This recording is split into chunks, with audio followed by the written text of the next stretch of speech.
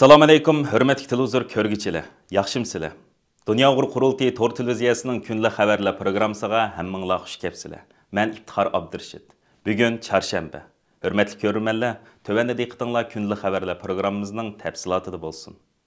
Dünya Uyg'ur Qurultayının Kanada parlament a'zosi, Xalqaro kishilik huquq komiteti guruhisining muavin raisi Aleksis Brunel Dusepp bilan Italiya Kengash palata a'zosi, İtalyanın sobiq tashqi ishlar ministri va Italiyaning BDT'da turishliq sobiq bosh elchisi Giulio Terzi tarafidan 2024-yillik Nobel tinchlik mukofotining nomzodligi ko'rsatilganligi haqidagi xabar har qaysi ellarda yashayotgan Sharq Turkistonlik qarindoshlarimizni alayda so'yindirdi va iftixorlantirdi. Dünya Uyg'ur Qurultayı bu munosabat bilan 6 fevral kuni maxsus axborot e'lon qilib, Qurultayimizning Nobel tinchlik mukofotiga nomzodlik ko'rsatilishi mustabidlarga berilgan kuchli signaldir. U Uyg'ur irqiy qirg'inchiligini oxirlashtirishning ta'xirsizligini ko'rsatib berdi. Xalqaro jamiyat kommunist Xitoyning Uyg'urlarga yurgizayotgan irqiy qirg'inchilik jinoyatini cho'qim e'tirof qilishi va ayblishi, Xitoyning bu jinoyatiga sal qaramasligi va uni jazosiz qo'ymasligi kerak deb ko'rsatdi. Qurultayni Nobel tinchlik mukofotiga nomzod qilib ko'rsatuvchilarning Norvegiya Nobel komitetiga yo'llagan iltimos xatida Uyg'ur xalqi qabih bostirishga uchrayotgan chaqdama ularning zo'ravonlik qilmaslik usulini tanlaganligini xalqaro jamiyat e'tirof qilishi kerak. Nobel tinchlik mukofoti Uyg'ur jamiyati uchun qimmatli ilhom bo'lib qolgusi deyilgan. Dünya Uyg'ur Qurultayı o'tgan yili tunji qatim Kanada parlamentining a'zosi, Xalqaro kishilik huquq komitetining raisi Samir Zubayri va parlament a'zosi Aleksis Dusepp, Norvegiyadagi yosh liberallar tashkilotining raisi Ani Breivik qatorliqlar tarafidan 2023-yillik Nobel tinchlik mukofotining nomzodligi ko'rsatilgan edi. Kuzatuvchilarning qarashicha, Dünya Uyg'ur Qurultayının orqa-orqadan 2 qatim Nobel tinchlik mukofotiga nomzod qilib ko'rsatilishi mohiyatda Sharq Turkiston xalqining xalqarodagi birdan-bir to'liq huquqliq eng yuksak rahbarlik organi deb qabul qilingan Dünya Uyg'ur Qurultayini xalqaro sahnalarda bölgünçü zo'ravon terroristik tashkilot deb qaralab kelgan Xitoy hokimiyatining bu xil sapsatisining xalqaro jamoatchilik tarafidan tubdan inkor qilinganligining ro'shan ifodasidan iborat xolos. Dünya Uyg'ur Qurultayının qurg'uchi a'zolarining biri va qurultayning tashkiliy xizmatlariga mas'ul muavin raisi Farhod Yo'rinqash apandim buning asosli sabablari haqida to'xtalib, Dünya Uyg'ur Qurultayı qurilib, Germaniyada rasmiy qonun tasdiqiga erishgan 2004-yili 4-oydan buyangi 20 yil mobaynida qurultay rahbarlik heyeti xalqaro qonun prinsip va nizomlarga, BDT inson haqlari umum bayonnomasining ro'yiga, Yevropa birligining tub prinsiplariga va o'zining markaziy organi joylashgan Germaniya davlatining qonunlariga qattiq amal qilib keldi. Qurultay tarkibidagi tashkilotlarimizni o'zdir turishliq davlatlarning qonunlariga qattiq amal qilgan asosda faoliyat olib berish haqida izchil turda ogohlantirib keldi. Qurultayimizning bu xil tavranmas prinsipi xalqaro jamoatchilikning Dünya Uyg'ur Qurultayıga bo'lgan ishonch va hurmatining uzluksiz eshib berishiga vasila bo'ldi va Xitoyning Qurultayimizga qartib kelgan turli tuhmatlari puttirab turolmadi deb ko'rsatdi. 5 fevral Xitoyning Anqarada turishliq bosh elchixonasi bayonot e'lon qilib, 5 fevral G'ulji qirg'inchiligining 27 yilligini xotirlab, Xitoy qarshi har xil norozilik faoliyatlarini uyushtirgan shaxs va tashkilotlarni yolg'onchilik bilan aybladi va 5 fevral G'ulji voqeasi Sharq Turkistoncha terrorchi bo'lginchi kuchlar planlagan urib chiqish, bulash va qalaymaqonchilik tug'dirish voqeasidan iborat deb bildirdi. Xitoy elchixonasi bayonotida yana Uyg'urlarni qo'llab namoyish qatnashgan turklarni Xitoy qarshi kuchlar deb tanqid qildi. Dünya Uyg'ur Qurultayının raisi Dolqin Isa apandi bu munosabat bilan Erkin Asiyo radiosi Uyg'ur bo'limining muxbiri qilgan so'zida 5 fevral G'ulji voqeasining Xitoy aytgandek buzg'unchilik harakati bo'lmasdan, balki Uyg'ur xalqining adolat talab qilib ilib borgan tinch yo'sinki namoyishining qanliq bostirilgan bir kun ekanligini bildirdi. U mundaq dedi: G'ulji voqeasining Xitoy hukumati va Xitoy elchixonasi bayonoti degandek, qandaqdir chet eldagi milliy bo'lginchi terrorchi kuchlar tarafidan o'rinlashtirilgan qotillik qatorliq jinoyat bilan to'lgan bir voqea emasligini butun dunyo biladi. Xitoy hukumati o'zim biladi. Bu kun xalqimizning erkinlik, bo'libmi diniy e'tiqod erkinligi talab qilib ilib borgan namoyishning Xitoy hukumati tarafidan qanliq bostirilishi bilan oxirlashgan fojialik bir kundir.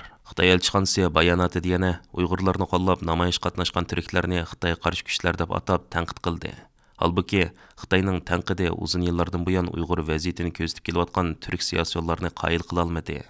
Xitoyning bu bayonotini quruq sapsata deb ayblagan Turkiya kadrlar uyushmasining mas'uli, partiyasidan bo'lgan sobiq parlament a'zosi Fahrettin Yo'qush apandi Xitoyning Uyg'ur xalqining aqalliy huquqlarini bermaganligini bildirdi. U mundaq dedi: Buningdan 27 yil burun G'uljidagi yoshlar aqalliy haq va huquqini talab qilib namoyish qilganda, Xitoy soqchilari ko'p sondagi namoyishchi va begunoh odamlarni qirib etgan. Demokratiya bilan idora qilinayotgan davlatlarda namoyish qilish, ommaviy tashkilot qurish jinoyat hisoblanmaydi. Afsuski, uzun yillardan buyon Xitoy hukumatı aqalliy talablarni o'ttirib qo'ygan hamma odamni terrorchi deb qalpoq kiydirib jazolayotdi. Navbatda nurg'un o'qituvchi, diniy arbob, yozuvchi, shoir va ziyolilar terrorchilik bilan ayblanib lagerlarga tashlandi va turmalarga qamaldi. Men Xitoy elchixonasi e'lon qilgan bu safsatini qattiq ayblayman. Dünya Uyg'ur qurultiyining muavin raisi, peshqadam jurnalist Farhod Yo'rinqash apandim bu vaqt istansimiz qilgan so'zida mundaq deb ko'rsatdi. 27 yildan buyon Xitoy hokimiyati 5 fevral G'ulji voqeasiga bergan bahosini o'zining siyosiy ehtiyojiga mos keltirib o'zgartib bormoqda. Masalan, Xitoy hokimiyati dastlabida tamoman siyosiy va ommaviy tusini olgan bu harakatni urush, chiqish va bulash tusini olgan odatki jinoiy ishlar delos qilib ko'rsatishga tirishgan bo'lsa, Amerikada yuz bergan 11 sentabr voqeasidan keyin yuqorqi talaffuzni o'zgartib, uni qandoqdir zo'r ham murakkab xalqaroliq orq ko'rinishlarga ega qilib, bu harakatni xalqaro terrorchilikning bir partisi qilib ko'rsatishga urindi. Va shuningdan buyon xalqarada e'lon qilgan barliq axborot va bayonotlarda 97-yildagi 5 fevral G'ulji voqeasi terrorlik va zo'ravonlik harakatlarining eng yuqori nuqtasidan iborat deb ko'rsatish orqali 5 fevral harakatini atalmish Sharq Turkiston terrorchilarining terrorlik qilmishlarining isboti sifatida bozorga silib keldi. Ammo Xitoyning bu xil hiyla nayranglari xalqaro sahnalarda bozor topolmadi. Atalmish Uyg'ur Abnum rayonluq xalq qurultiyi doimiy komiteti tarafidan tuzatish kirgizilib ma'qullangan va 2024-yil 2 oyning 1-kundan boshlab rasmiy ijro qilinishga boshlagan atalmish Uyg'ur Abnum rayonining diniy ishlar nizomi chet ellardagi har soha kuzatuvchilarining kuchli diqqatini qo'zg'amoqda. Mutaxassislar bu nizom Sharq Turkistonda islom dinining xitoychilashtirilishini kuchaytirib, Xitoy Kompartiyasining ideologiyasini din sifatida tashviq qilganlikdir deb qaramoqda.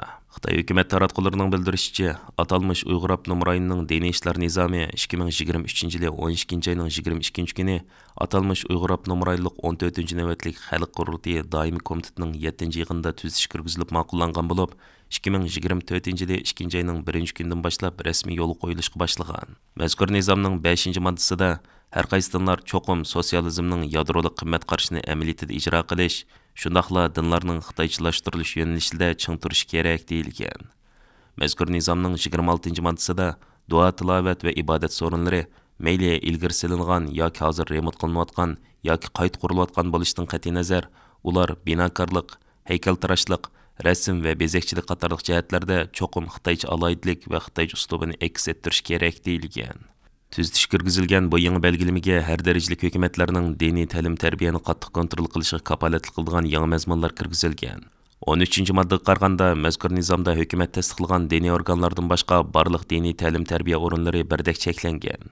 14-moddada vatanparvar diniy zotlarni yetildirish, muqaddas diniy dasturlarni atalmish to'g'ri usulda shar'iylashni o'z ichiga olgan xitoycha alaydilik ega diniy maktablarla mavjud bo'lishi kerak deb ko'rsatilgan. Kishilik huquqni ko'zatish tashkiloti Osiyo bo'limining muavin mudiri Maya Wang bu munosabat bilan Erkin Osiyo radiosi qilgan so'zida Xitoyning bu yangi belgilamada Xitoy Kompartiyasining ideologiyasining haqiqiy din sifatida tashviq qilinganligini ifoda qilib mundaq dedi. Bu belgilama Xinjiangdagi musulmonlarning diniy faoliyatlarini qiyinlashtiradigan va dinga e'tiqod qilishni qattiq kontrol qiladigan rayon xarakterlik belgilama. Bu yangi belgilamada Kompartiyaning duo, tilovat va ibodat o'rinlariga bo'lgan kontrolini kuchaytirish, shundaqla dinlarga bo'lgan siyosiy, ideviy jihatdagi kontrolini kuchaytirish muhim nuqta qilingan. Bu belgilamaning nurg'un nuqtalarida Xi Jinpingning 2016-yil yo'l qo'ygan dinlarni xitoychilashtirish ideyasi aks etgan. Ya'ni uningda dinni tixim ilgirlagan holda xitoychilashtirish, Xitoy Kompartiyasining ideologiyasi bilan tixim moslashtirish va Kompartiyaning ideologiyasini haqiqiy din sifatida tashviq qilgan. Turkiya Hacettepe Universiteti tarix fakultetining dotsenti, Dünya Uyg'ur qurultiyining muavin raisi doktor Erkin Akram bu yangi diniy ishlar nizomining xarakteri va alaydilik haqida ko'z qarashlarini o'ttirib qo'yib o'tdi. U mazkur nizomnomaning dinga e'tiqod qiluvchilarni emas, balki dinga e'tiqod qilmaydiganlarni bakrak qo'g'diganligini ta'kidladi. U yana mundaq dedi: bu nizomnoma e'tiqodchilardan diniy farzlarni o'rindashni emas, balki Kompartiyaning yo'l yo'riqlarini o'rindashni talab qilgan. Uyg'ur kishilik huquq qurilishi tadqiqot markazining direktori Henrik Shajivskiy Erkin Osiyo radiosining ziyoratini qabul qilib, mazkur yangi nizomda o'ttirib qo'yilgan yangi mazmunlar va Xitoy hukumatining maqsadi ustida to'xtaldi.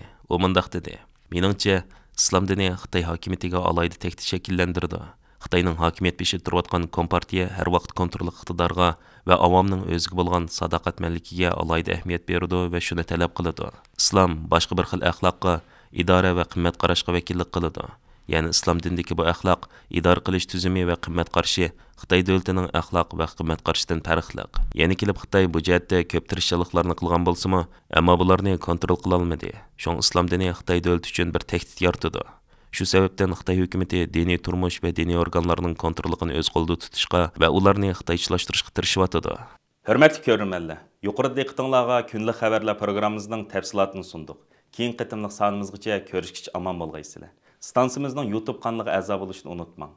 Xayr xo'sh.